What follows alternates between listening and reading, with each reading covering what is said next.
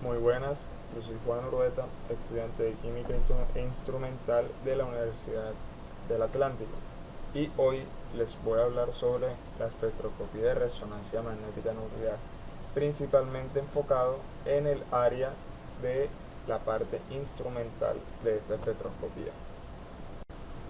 Antes de entrar de lleno a la descripción y teoría que hay detrás de este equipo, tenemos que tener claro el concepto básico de espectroscopía de resonancia magnética nuclear. Esta técnica consiste en medir la absorción de radiación de radiofrecuencia que experimenta una muestra situada en un campo magnético fuerte, donde el rango de exposición a la frecuencia de radiación va de 100 MHz, que es más o menos la frecuencia de radio FM, a 1 GHz, que ya es una frecuencia relativamente fuerte.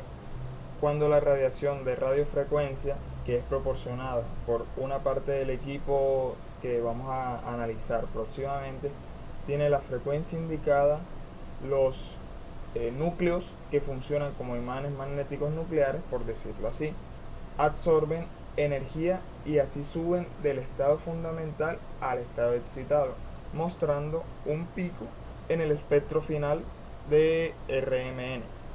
Introduciéndonos en el tema principal, vemos en pantalla el esquema básico del espectrofotómetro de resonancia magnética nuclear.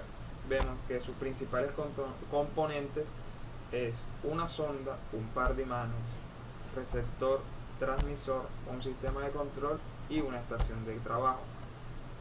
Estas partes las vamos a explicar a continuación. Los imanes son los encargados de dar el primer paso para que ocurra la resonancia magnética nuclear, ya que gracias al gran campo electromagnético que proporciona a la muestra, estos alinean los núcleos de los átomos de esta. Cuanto mayor sea la intensidad de este imán y la homogeneidad en cuanto a los metales, a los compuestos que hacen parte de este, aparte de su estabilidad, mejor será la sensibilidad y la resolución del espectro resultante. Convencionalmente se usan los imanes superconductores, pero en la actualidad hay una tendencia a usar imanes de tierras raras, los cuales tienen ventajas y desventajas en comparación a los imanes superconductores, la cual vamos a ver a continuación. Los imanes superconductores son un tipo de electroimanes que por ende tienen una bobina que debe estar hecho un hilo superconductor. Este hilo puede medir varios kilómetros de longitud y obviamente tiene que ir enrollado alrededor del imán. Para aumentar sus características conductoras y su capacidad de crear un campo magnético amplio, este electroimán debe ir sumergido en helio líquido. Esto para que su temperatura disminuya a valores cercanos al cero absoluto, produciendo así una corriente que no tiene mucha resistencia gracias a la temperatura tan baja, formando así un campo magnético muchísimo más amplio en comparación al caso que no se hiciera este procedimiento. El principal defecto de estos imanes superconductores es que, como se ve en la imagen, tienen un tamaño considerable, pero estos tienen una ventaja en comparación a los otros, ya que al ser electroimanes, mientras se puede controlar muy bien el campo magnético, además de que produce un campo magnético muchísimo más amplio, más grande, más potente en comparación a los demás imanes. Los imanes de tierra rara son imanes relativamente nuevos, los cuales están hechos principalmente de neodimio, hierro y boro. Estos imanes tienen que ser fabricados bajo condiciones especiales, a temperaturas cercanas a la temperatura de fusión conjunta de todos estos compuestos, a proporciones exactas y con un proceso muy delicado. La principal ventaja de este tipo de imanes es su tamaño, ya que, como se ve en la imagen, son muchísimo más pequeños y más baratos de costear que los imanes superconductores, ya que estos no necesitan ningún tipo de mantenimiento después de que se instalan, además de ser permanentes. La principal desventaja de estos imanes de tierras raras en comparación a los imanes superconductores es que aunque estos tienen una potencia relativa alta, nunca han podido producir un espectro de resonancia magnética nuclear tan definido como los imanes superconductores, pero esto lo compensa por lo económicos que son, además de las nuevas técnicas de procesamiento de datos.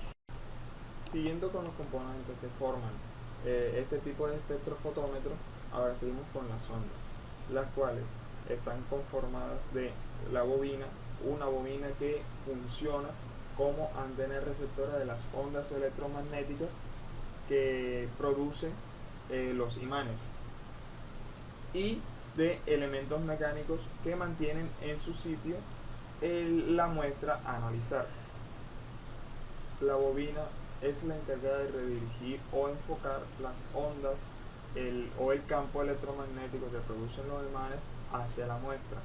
Este proceso está regido por la ley de Faraday, la cual se ve en la pantalla, que es una relación del campo magnético contra el campo eléctrico. El transmisor es el componente que se encarga de dar los pulsos de radiofrecuencia al imán para que éste excite la muestra a analizar. Este transmisor consta de una fuente de radiofrecuencia y un amplificador de potencia, el cual eleva la potencia de los pulsos de radiofrecuencia hasta la frecuencia necesaria para que el imán excite la muestra a analizar. El receptor se encarga de detectar la señal emitida por la muestra y modularla, ya sea amplificando o reduciendo la señal dependiendo el caso, para luego pasar esta señal ya modulada al sistema de control. El sistema de control se podría decir que es el cerebro de todo el equipo, ya que este controla el transmisor y el receptor, además de que ya envía una señal codificada al computador. En este caso sería una señal codificada en forma de espectro de resonancia magnética nuclear. El sistema de control también es el encargado de indicarle al transmisor la potencia de la corriente eléctrica que debe de darle a los imanes para que estos funcionen correctamente. También le indican al receptor a qué potencia debe de ampliar o reducir la señal eléctrica para que él mismo pueda traducirla. Las funciones del sistema de control se verán más claro en el siguiente esquema.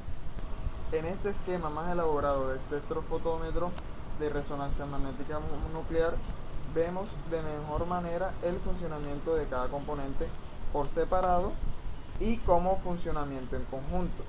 El análisis de la muestra comienza en el sistema de control, el cual indica la potencia de la señal eléctrica que debe de enviarle a los imanes para que estos creen un campo electromagnético, el cual interactúa con los núcleos de los átomos, haciendo que estos produzcan una señal eléctrica hacia el receptor, el cual está compuesto de una cadena receptora y un traductor. La señal que proviene de la muestra llega a la cadena receptora, la cual se encarga de modificar dependiendo la potencia con la que ésta llegue. Luego, la señal modificada en forma de señal análoga pasa al traductor, el cual cambia la señal pasándola de señal análoga a señal digital. Esta señal digital llega al sistema de control, el cual transforma la señal digital para expresarla en la estación de trabajo en forma de espectro de resonancia magnética nuclear. Como se ve en el esquema, el sistema de control conecta con todos los componentes del equipo, evidenciando así su importancia. Al estar conectado al transmisor, controla e indica la potencia exacta que debe emitir hacia los imanes. En la cadena receptora indica qué tanto debe de amplificar o filtrar la señal eléctrica proveniente de la muestra. Por último, hay un pequeño componente del cual no se ha hablado, pero es de vital importancia, que es el cristal. Este en el esquema está simbolizado por cuadrados y líneas azules.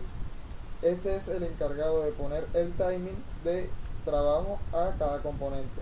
Este controla la velocidad del sistema, indicando la frecuencia con la que cada compuesto va a emitir, amplificar y traducir señales y corrientes eléctricas.